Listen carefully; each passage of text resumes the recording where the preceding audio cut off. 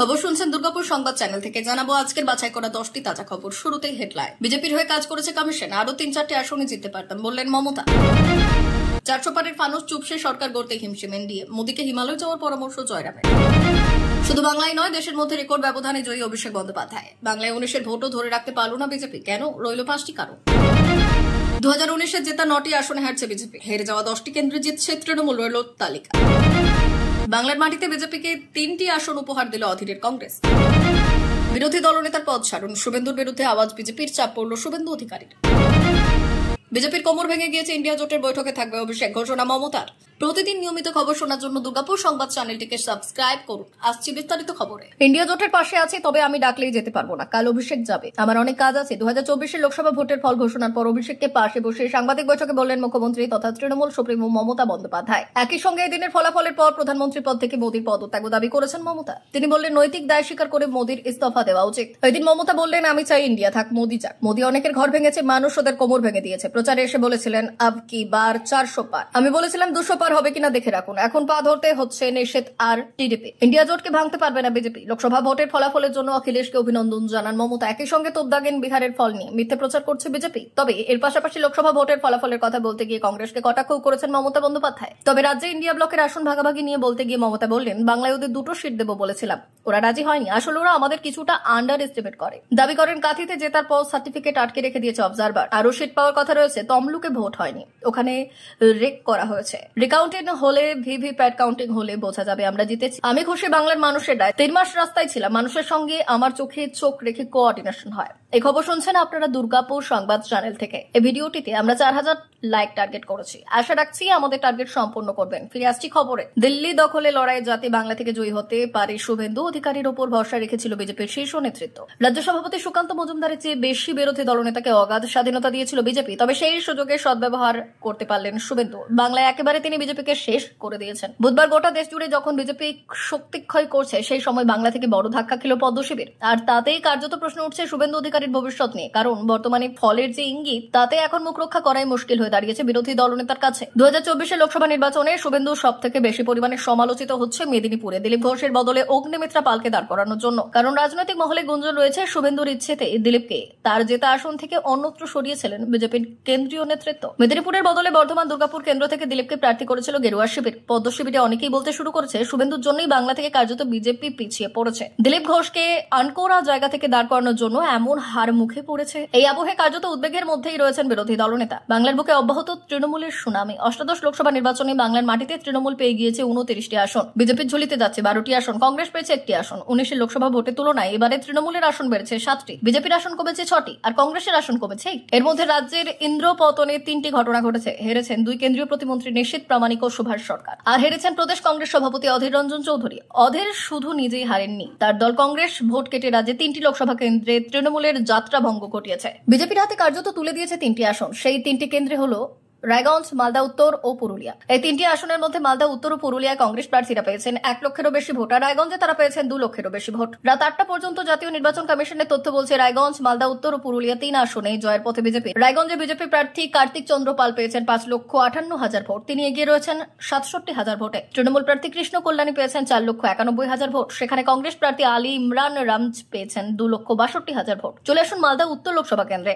সেখানে বিজেপির প্রার্থী খগেন মুর্মু পেয়েছেন 5,23,000 ভোট। তৃণমূলের প্রার্থী তার থেকে পিছিয়ে রয়েছেন 76,000 ভোটে, তিনি পেয়েছেন 4,46,000 ভোট। অন্যদিকে এই আসনে কংগ্রেস প্রার্থী আলম মুস্তাক পেয়েছেন 1,41,000 ভোট। এবার আসা যাক পুরুলিয়ার বুকে, সেখানে বিজেপি প্রার্থী জ্যোতির্ময় সিং মাহাতো পেয়েছেন 5,64,000 ভোট, তার থেকে 18,000 ভোটে পিছিয়ে আছেন তৃণমূল প্রার্থী শান্তিরাম মাহাতো, তিনি পেয়েছেন 5,45,000 ভোট। এই আসনে কংগ্রেস প্রার্থী নেপাল মাহাতো পেয়েছেন 1,25,000 ভোট। অর্থাৎ এই 3টি আসনে যদি কংগ্রেস ভোট না কাটতো তাহলে তৃণমূলই জিতে যেত। এদিকে আবার ফলাফল ঘোষণার পরেই যাদবপুর লোকসভা কেন্দ্রে সোনারপুর উত্তর বিধানসভা এলাকার খেয়াদহ 2 নম্বর গ্রাম পঞ্চায়েতের জেলে ভেড়িতে তৃণমূলের প্রাক্তন পঞ্চায়েত সদস্যকে খুনের খবর এলো। আজ লোকসভা ভোটের ফলাফল ঘোষণা হওয়ার পর বাড়ি থেকে ডেকে নিয়ে এসে খুন করা হয়েছে বলে অভিযোগ। খুনের ঘটনাকে কেন্দ্র করে এলাকায় উত্তেজনা ছড়িয়েছে। জানা যাচ্ছে মৃত পঞ্চায়েত সদস্যের নাম প্রসেনজিৎ। দলেরই একটি গোষ্ঠীর বিরুদ্ধে তাকে খুনের অভিযোগ উঠেছে। 2023 সালের পঞ্চায়েত নির্বাচনে টিকিট পাননি তিনি।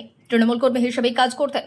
বর্তমান পঞ্চায়েত ক্ষমতা গোষ্ঠীর লোকই তাকে খুন করেছে বলে স্থানীয় সূত্রে খবর। ঘটনা তদন্ত শুরু করেছে পুলিশ। উল্লেখ্য, সিপিএম এর ছাত্র সংগঠনের নেতা সৃজন ভট্টাচার্য ও বিজেপির অনির্বাণ গঙ্গোপাধ্যায়কে হারিয়ে যাদবপুর লোকসভা কেন্দ্র জয়লাভ করেছে তৃণমূল প্রার্থী সায়নী ঘোষ। 2 লক্ষেরও বেশি ভোটে সৃজন অনির্বাণকে হারিয়ে যাদবপুর কেন্দ্রে সবুজ ঝড় তুলেছেন অভিনেত্রী সায়নী ঘোষ। 24 লোকসভা নির্বাচনে বিজেপি একক সংখ্যা গরিষ্ঠতা না পেলেও প্রধানমন্ত্রীর আসনেও তিনি বসছেন, তা এদিন কার্যত বুঝিয়ে দিলেন নরেন্দ্র মোদী। আর শরিক দলগুলোকে নিয়ে যে এই যাত্রায় দিল্লির রাশ হাতে রাখতে হবে সেটাও তার কথায় স্পষ্ট। মঙ্গলবার ভোটের ফল প্রকাশের পর দিল্লিতে বিজেপির সদর দপ্তরে দলীয় কর্মীদের বার্তা দিলেন মোদী। সঙ্গে ছিলেন বিজেপির সর্বভারতীয় সভাপতি জেপি নাড্ডা, অমিত শাহ ও রাজনাথ সিংরা। সেখান থেকে তার বার্তা, তৃতীয়বার ক্ষমতায় ফিরে বিকশিত ভারতের উদ্দেশ্যে আরো বেশি কাজ করব। রাজ্য ও শরিক দলগুলিকে একসঙ্গে নিয়ে বিকশিত ভারতের উদ্দেশ্যে কাজ করব। যার সুরে রাজনৈতিক মহল মনে করছে এবার সংখ্যা গরিষ্ঠতা পায়নি বিজেপি, তাই কেন্দ্রের সরকার টিকিয়ে রাখতে শরিকদের সাহায্য দরকার এবার। তাই সকলকে নিয়ে চলার বার্তা দিয়ে রাখলেন তিনি। তাদের কথা, এদিন শুধু জগন্নাথ দেবেরই আগমন হয়েছে তাই নয়, এনডিএ নামে জোট রয়েছে সেটাও বোঝা গিয়েছে। এতদিন পর্যন্ত মোদী সব ক্ষেত্রে বিজেপির সাফল্যকে তুলে ধরতে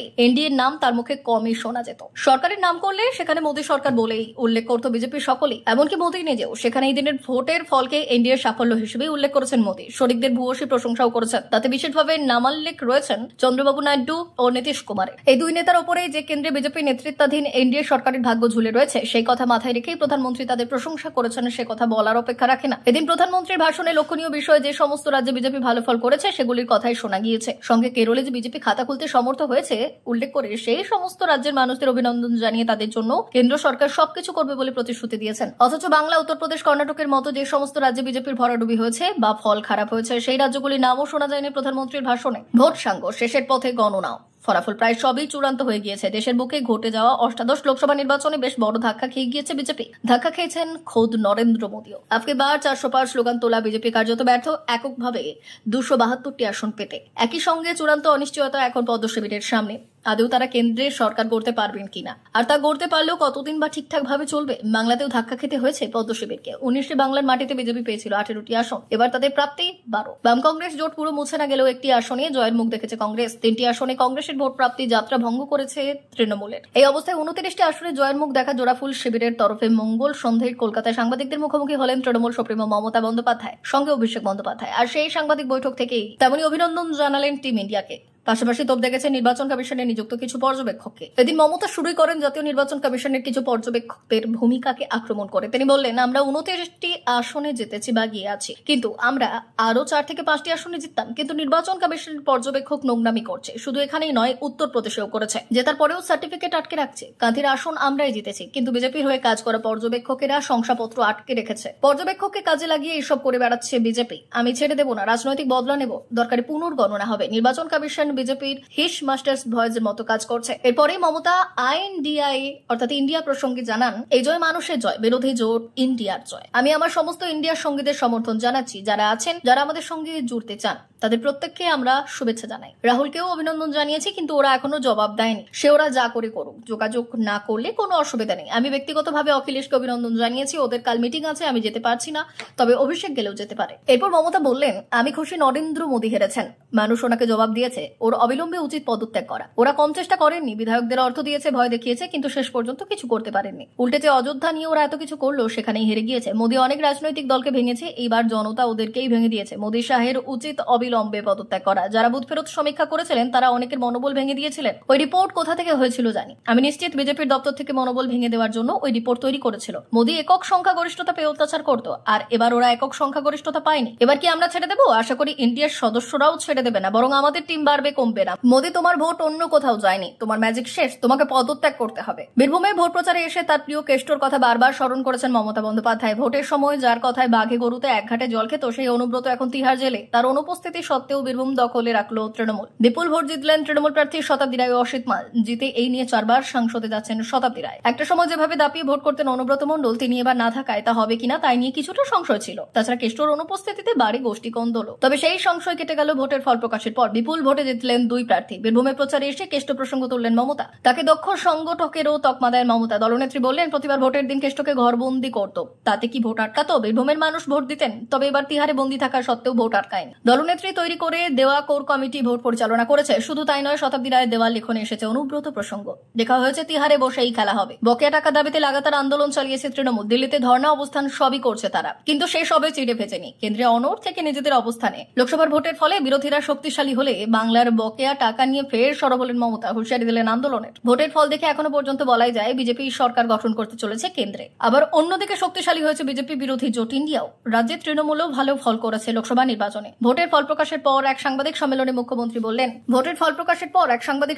মুখ্যমন্ত্রী বললেন বাংলার বকেয়া অবিলম্বে ফেরত দিতে হবে। বকেয়া না মেটালে আন্দোলন হবে। লজ্জা থাকলে আমাদের টাকা এখনই ফেরত দেওয়া হোক। প্রসঙ্গত 100 দিনের কাজ সহ বিভিন্ন ক্ষেত্রে বকেয়া টাকা কেন্দ্র দিচ্ছে না বলে রাজ্যের অভিযোগ। টাকার দাবিতে এর আগে একাধিকবার মমতা বন্দ্যোপাধ্যায় নিজের দরবার করেছেন প্রধানমন্ত্রীর কাছে। অভিষেক বন্দ্যোপাধ্যায়ের নেতৃত্বে একাধিকবার দিল্লিতে আন্দোলন করে তৃণমূল। গ্রামোন্নয়ন মন্ত্রক ধর্ণা দেন তৃণমূল নেতা নেত্রীরা। বকেয়া টাকার দাবিতে লোকসভা ভোটের আগে রেড রোডের ধারে ধর্ণাতেও বসেন মুখ্যমন্ত্রী। তবে রাজনৈতিক মহল মনে করছে কেন্দ্রের বিরোধীরা শক্তিশালী হওয়ায় এবার সেই আন্দোলনের বেগ আরো বাড়াবেন মমতা। তার ইঙ্গিত দিলেন তিনি। নিশীথ প্রামাণিক, সুভাষ সরকার লোকসভা নির্বাচনে সবুজ ঝড়ে উড়ে গেলেন বাংলার এই দুই কেন্দ্রীয় মন্ত্রী। কোচবিহার কেন্দ্রের তৃণমূল প্রার্থী তথা সেতাইয়ের বিধায়ক জগদেশ চন্দ্র বর্মা বসুনিয়ার কাছে হেরেছেন কেন্দ্রীয় স্বরাষ্ট্র প্রতিমন্ত্রী নিশীথ প্রামাণিক। আর কেন্দ্রীয় শিক্ষা প্রতিমন্ত্রী সুভাষ সরকারকে হারিয়েছেন বাঁকুড়া তৃণমূল প্রার্থী তথা তালড্যাংরার বিধায়ক অরূপ চক্রবর্তী। তবে মোদীর এই দুই মন্ত্রী হারলেও মান রেখেছেন বাংলার আরেক কেন্দ্রীয় মন্ত্রী। বনগাঁর বিজেপি প্রার্থী তথা কেন্দ্রীয় মন্ত্রী শান্তনু ঠাকুর হারিয়েছেন প্রাক্তন বিজেপি বিধায়ক তথা তৃণমূল প্রার্থী বিশ্বজিৎ দাসকে। আলিপুরদুয়ারে বিদায়ী সাংসদ তথা কেন্দ্রীয় মন্ত্রী জন বার্লাকে এবার টিকিট দেয়নি দল। ওই আসনে মাদারিহাটের বিজেপি বিধায়ক মানস টিগ্গাকে প্রার্থী করে গেরুয়া শিবির।